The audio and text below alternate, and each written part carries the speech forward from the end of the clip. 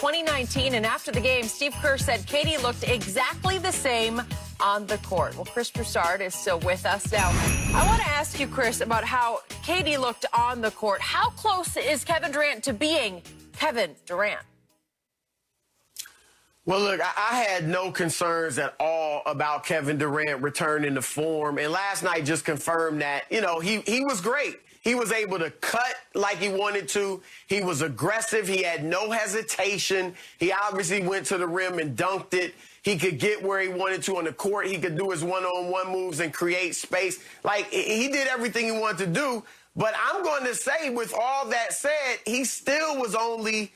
That was maybe 70% of Kevin Durant, and I say it because he shot 7 for 16 from the floor against a team that's not a great defensive team. Draymond Green was on the bench, not on the floor. So for Kevin Durant to shoot 7 of 16, I think that shows that he was rusty, and he will shake that rust off, and that's when he really will be the guy that he was, you know, before the injury. I think he's going to make a run at the MVP award.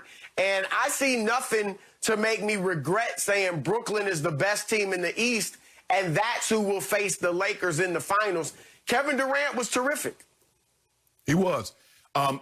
Chris, I also said this. I think of any superstar player that's ever suffered this injury, I think he was the best equipped to deal with it. Simple for the fact he's not a jumper, speed is not really in his game, and he's not heavy. Skip, he's not a 270-pound center. Right. Dude, I mean, he's 7 foot tall, probably weighed, what, 210, 220? So it wasn't going to affect him, say, like a leaper or a big guy, say a Shaq or a one of those big guys like that, Skip. You know what I'm saying? But I agree with you, Chris. He looked a little rusty. He got off to the great start, first 3 shots, and then he goes 4-13. I'm not worried about Kevin Durant. Kevin Durant always has been and always will be able to put the ball in the bucket. But as we progress, as the season goes along, the shots that he missed last night, he won't miss those shots. He's too good of a shooter. He still was able to get to his spots. He was able to put the ball on the floor. And like I said, Chris, I was telling Skip earlier, what I like to do, if a guy suffers an injury, okay, how did he suffer the injury? And will he go back to the very way he suffered the injury and make that same move? Or is this fear is it in the back of his head? I watched it. Not even a second thought in his mind. He's like, I'm good to go. And he was crossing over. He was planting, starting, and going. So I'm not worried about KD. I agree with you, Chris. I believe as the season progresses, in the next 2 to 3 weeks, maybe a month, Kevin Durant will look like the Kevin Durant the last time we saw him pre-Achilles injury. So, not only to me did Kevin Durant look like Kevin Durant last night, he looked like the best player on the planet. It looked like he's back. You see how far he go, Chris? You see how far he go? I'm sorry. Give him an inch. I saw nothing to make me skeptical at all of rust or hesitation. In fact, I watched Kevin on Friday night in his final preseason tune-up, and he was spectacular that night.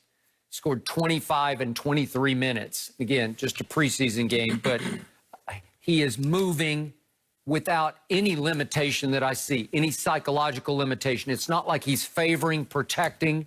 I saw the same spring as always because, to your point, it's not explosive spring to start with. Right. I saw the same quickness I've always seen in Kevin because it's not extraordinary quickness to start with.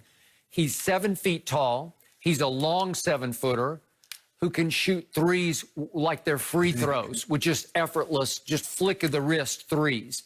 And what I loved about this team the most last night, I don't know why, under Steve Nash and Mike D'Antoni, who, as I always said, it's Coach Antoni because there's no D in D'Antoni. But Steve Nash definitely won't play no D. When they were together in Phoenix, that was the last thing they were thinking of is how do we defend? Well, you just outscore. Right. So last night, this team looked like it was committed to playing high-level defense. They were flying around on defense, starting with Kevin Durant. What number is he wearing now? 7? 7. I don't know where that came from. Mickey Mantle. I don't know what it is. But he went from 35 to 7. I started to say 35, but he's now 7. Every time I looked up, 7 was in the middle of something on defense. He had 3 steals last night in fairly modest minutes. That team looked like it's realized if you disrupt on defense, if you deflect, if you steal, if you block, Then all of a sudden you detonate the offense the other way, and they have the greenest light under Coach Nash, where they can just pull up on fast breaks, and anybody at any time can shoot a 3 1-on-3 on a fast break. So to me, that team looks like a superpower already just on opening night. And I agree with what Chris said. There's no Draymond, obviously, and that was the worst team in basketball last year. They're starting a rookie center who had his moments late against the shock troops. But, hey, this Nets team is so deep and so explosive with Karis LeVert as the Manu Ginobili coming off the bench, bat out of hell, getting his minutes, getting whatever shot he wants, disrupting on defense as well.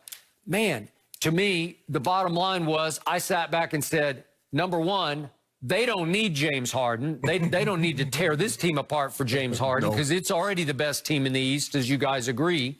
And number two, if I'm Boston or if I'm Philly or I'm Toronto, I'm saying we got to try. We got to give up a little more to make sure we could close a deal for James, because I think they all need James if they're going to compete with this team this year. Chris, you see what he does?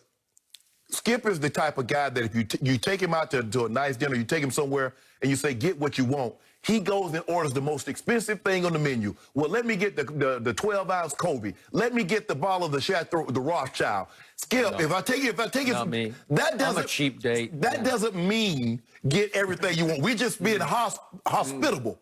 When we say, how does Kevin... I just ordered chicken and broccoli. How expensive Chris, can that be? the question was, how did Kevin Durant look? And what does he do? He look like the best player on the planet. Why not just go? You see how you ruined it? Well, the quote-unquote best player on the planet, the GOAT that you tell me was out of shape because he's been drinking too much wine and smoking too many Kevin cigars. Durant had 71 days. Okay. Kevin Durant had 18 months. Most of the teams had 9 months to get ready. He had 2 months. Come on, Skip. He got every break in the world in the bubble. He got it all. It just fell right into his lap. You got to turn it around and close the deal. You got 3 or 4 more good years. You better max it. Kawhi had an extra month of rest. Kawhi was supposed to be playing with us. Yeah. He got an extra month, didn't he, Chris? But anyway, Kevin Durant looked good. Skip, unless LeBron just falls off and just Father Time just grabs him by the neck and chokes him during the regular season, the only way Kevin Durant is going to take the best player in the world award from LeBron is to beat him in the finals. If they meet in the finals and LeBron's got AD, who is better than Kyrie, they both have good supporting cast, that's when